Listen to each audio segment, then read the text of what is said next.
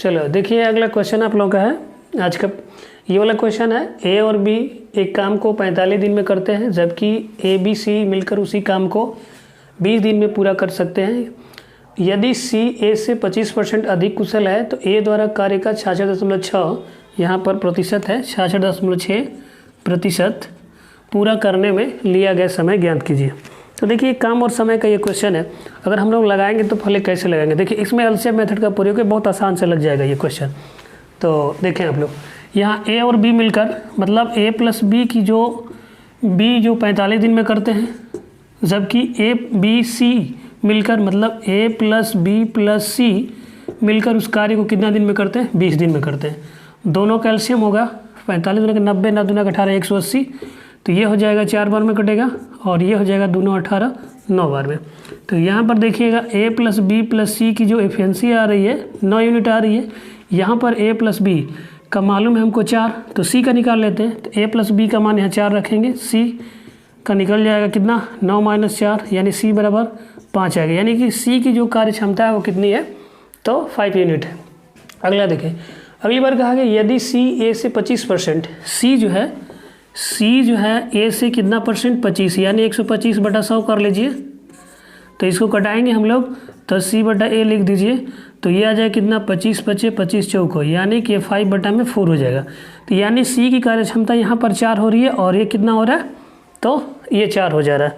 तो हम लोग क्या कर लेते हैं, देखिए ए बी सी, तो ए की जो है 4 हो रही है और सी की जो हो रही है 5।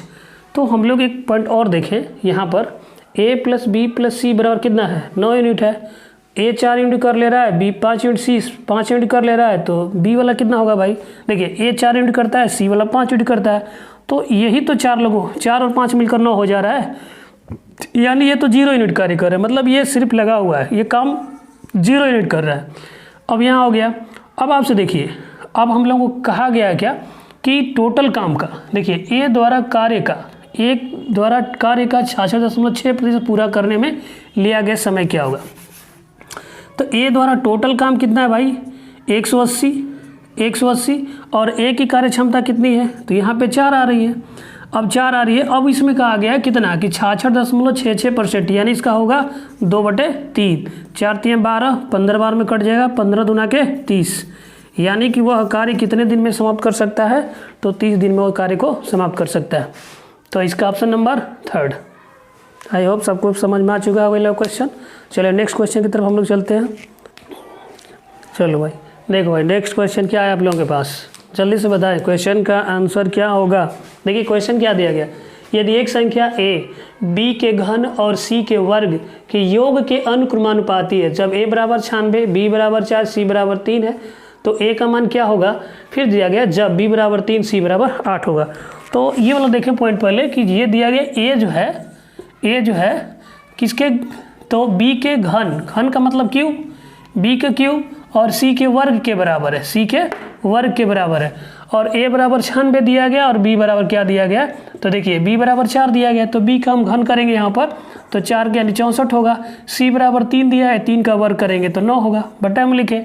तो b का मान कितना है, 3 है, तो 3 मतलब 3 यहाँ पर घन करेंगे तो 27 होगा, और c का वर्ग करेंगे मतलब 8 का वर्ग करेंगे 64, 64 से 64 काट लीजिए, और 3 तिलिक या 29, 27 कर लीजिए, 9 कम 9, यानी 1/3 आ रहा है, 1/3 आ रहा है।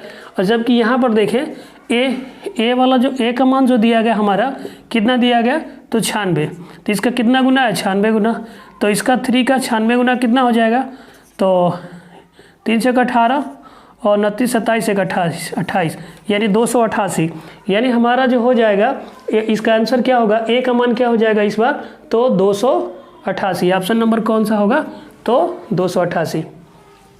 चलिए नेक्स्ट क्वेश्चन की तरफ चलते हैं हम लोग। चलो देखिए अगला क्वेश्चन क्या है आप लोगों के सामने, क्वेश्चन है अगला कि ए का मासिक वेतन बी के मासिक वेतन से 20% अधिक है, सी का मासिक वेतन बी के मासिक वेतन से 25,000 अधिक है, तो उनका कुल मासिक वेतन, यदि उनका कुल मासिक वेतन 2,65,000 है, तो बी का वेतन सी के वेतन से कितने प्रतिशत अधिक है। तो देखिए ये परसेंटेज का सवाल है, इसको कैसे हल करेंगे आप लोग, ध्यान देना सभी लोग। चलिए इसका ऑप्शन तो मैंने नहीं दिया, ऑप्शन हटा देते हैं, आप लोग बताइए इसका आंसर क्या होगा। चलो देखो, ए का मासिक वेतन बी के मासिक वेतन से कितना परसेंट अधिक है, 20% अधिक है। तो मैंने ए लिख लिया, बी और सी, तो 20% अधिक है। तो सबको पता है 20/100 कर लीजिए इसको, 20/100। तो यानी अगर ये ए का मासिक वेतन बी के मासिक वेतन से, मतलब बी के मासिक वेतन से कितना परसेंट अधिक है, 20%, मतलब ए ये है, ये बी है, तो ए वाला 6 होगा और बी वाला क्या हो जाएगा, 5 हो जाएगा। ध्यान देना, अधिक कहा गया है। तो यहाँ पर हम लोगों का क्या होगा कि अगर हम लोग चलें तो इसमें एक जोड़ लेंगे तो 6 हो जाएगा, ए का मान जो आएगा 6 और बी का कितना आएगा, 5 आ जाएगा। अब अगली बार कहा गया है कि सी का मासिक वेतन बी के मासिक वेतन से 25,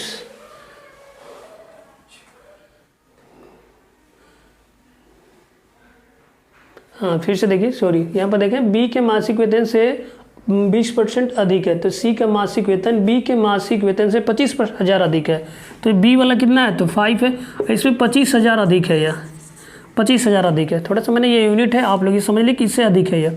अब देखिए टोटल हमारे पास कितना यूनिट हो रहा है, 6 5 11, 11 5 16, तो ये हो रहा है यहाँ से लेकर यहाँ तक 16 यूनिट हो रहा है। तो 16 यूनिट हो रहा है हमारे पास, ये 16 यूनिट। अब अधिक आ गया है, तो यहाँ पर देखिए टोटल हमारे पास कितना दिया गया, 2,65,000 दिया गया। तो 2,65,000 इसको माइनस कर लीजिए, इतना इसको जैसे ही माइनस करेंगे आप लोग तो कितना मिलेगा, तो ये हो जाएगा आपका 2,65,000 में से इसको माइनस कर लेंगे 25 तो 0,4, मतलब 2,40,000 मिल जाएगा।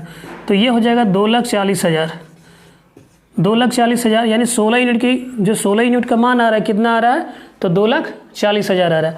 तो एक यूनिट का मान हम लोग याद कर लें, तो इसमें भाग देंगे 2,40,000 में। देखिए इसमें जो जीरो दिख रहा है ना, ये वाला आप चाहो तो जीरो इसको हटा दो, इसको हटा दीजिए, इसको हटा दीजिए, सिर्फ 2,40,000 240 यानी कि 16 से भाग देंगे तो 16 कम 16 हो जाएगा और बचेगा 8, 16 बचे 80 यानी कि 15 आ रहा है। तो यहाँ पर 15 जो आ रहा है, देखिए 15 यूनिट आ रहा है हमारा। अब एक यूनिट का मान जो आ रहा है 15 आ रहा है, तो हम लोग क्या कर लें, इसमें भी 15 से गुणा कर लेंगे, तो इसमें भी 15 से गुणा कर लेंगे और इसमें भी 15 से गुणा कर लेंगे। तो हमें पूछा गया है क्या कि बी का वेतन सी के वेतन से, तो सी वाला यही है, तो इसमें देखिए और बी वाला यह है, तो बी का हम लोग निकालें तो ये बी हो गया, ये सी, तो 15,75 हो जाएगा। और उसके बाद 15,75 प्लस ये मैंने कहा था ना कि जीरो हटा ली, इसमें अधिक जो था 25, तो इसको जोड़ लीजिए, तो ये 75 और उसके बाद ये हो जाएगा 100। तो आपसे पूछा कि कितना प्रतिशत अधिक है, कितना प्रतिशत, 100 का दिख रहा है, तो यानी 75% अधिक है। तो आपका आंसर कितना हो जाएगा, तो 75% इसका आंसर होगा। समझ में आ गया। चलिए नेक्स्ट की तरफ चलते हैं हम लोग। चलो भाई देखो नेक्स्ट क्वेश्चन, जल्दी से लगाकर बताइए आप लोग क्या होगा, बताओ क्या होगा, कौन सा बता रहे हैं, बताइए जल्दी से बताओ। देखा नहीं आ रहा है ना, तो ध्यान से देखा जा। अगर हम लोग क्या कर ले भाई कि अगर देखो, अगर इसको अगर बनाकर अगर लगाते हैं, जैसे मान लो 6 में जैसे इस तरह से लगाते हैं, यहाँ पर दिया गया आपको कि अगर हम लोगों को मालूम है कि अगर P पे बार है तो इसको लिखते हैं P/9, अगर यहाँ पर PQ है तो इसको लिखा जाता है PQ, डबल बार है, डबल पे बार है तो इसको लिखते हैं 999। तो यहाँ पर 0.PQR दिया गया इस पर, तो इसको लिखते हैं PQR और 999 लिखते हैं इस तरह से। अगली बार देखें तो अगर इस चीज़ को अगर ऐसे लिखा है PQ, एक पे सिर्फ बार दिया गया तो इसको लिखते हैं हम लोग क्या, तो PQ और माइनस P और बटा में एक पे बार है तो 1 9, जितने बार नहीं उतना 0, मतलब ऐसे ही से पूरा लिखा जाता है इसको। तो देखिए मैं ये वाला मेथड तो सभी लोगों को मालूम भी है, अब मैं आप लोगों को बता रहा हूँ कि इसको जल्दी से कैसे लगा सकते हैं। थोड़ा सा इसमें आप लोगों को सेंस लगाना पड़ेगा इसका आंसर क्या होगा। तो देखिएगा, देखो मैं ये वाला पॉइंट देखिए, ये होगा 6.32, मतलब जो नंबर रिपीटेड है, मतलब 2 जो है रिपीट हो रहा है, बार बार रिपीट हो रहा है, तो उसको मैं लिख दे रहा हूँ। देखिए 2 2 2 ऐसे करते चले जाइए। यहाँ पर 0.5 यानी 5 जो नंबर है वो रिपीट हो रहा है, रिपीट हो रहा है, तो 5 को लिखते जाइए, ठीक। अब यहाँ पर देखिए 0.003 जो नंबर है वो रिपीट हो रहा है, ऐसे मैंने लिख दिया।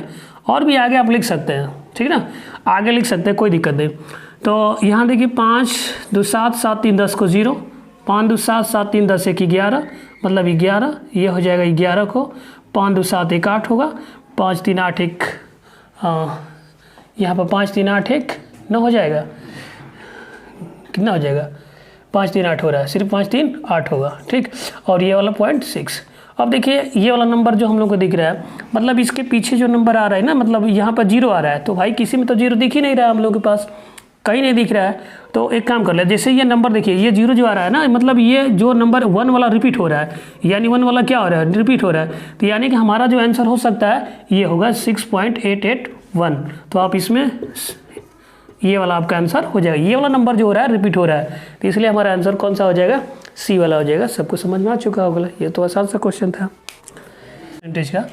तो ध्यान देना सभी लोग, जो दिया गया है क्या, 38,800 का 1/6% प्रति छमाही की दर से ब्याज पर दिया गया उधार दिया गया है, तथा बचा हुआ भाग जो 1 वर्ष बाद 5% वार्षिक ब्याज की दर से उधार दिया जाता है। और ये कहा गया है कि पहली धनराशि को ब्याज पर दिए गए समय से 3 वर्ष पर दोनों धनराशि के बाद ब्याज का अनुपात है 5/4।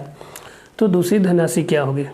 तो सबसे पहले देखें हम लोग क्या कि ये छमाही दिया गया है, प्रति छमाही दिया गया है, मतलब 1 वर्ष में कितनी छमाही होती है।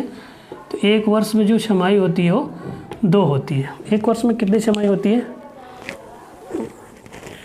1 वर्ष में 2 छमाही होती है। अब देखिएगा, अगर हमारे पास 3 वर्ष दिया गया ये वाला, तो 3 वर्ष दिया गया, तो 3 वर्ष में कितनी छमाही हो जाएगी, 6 छमाही हो जाएगी।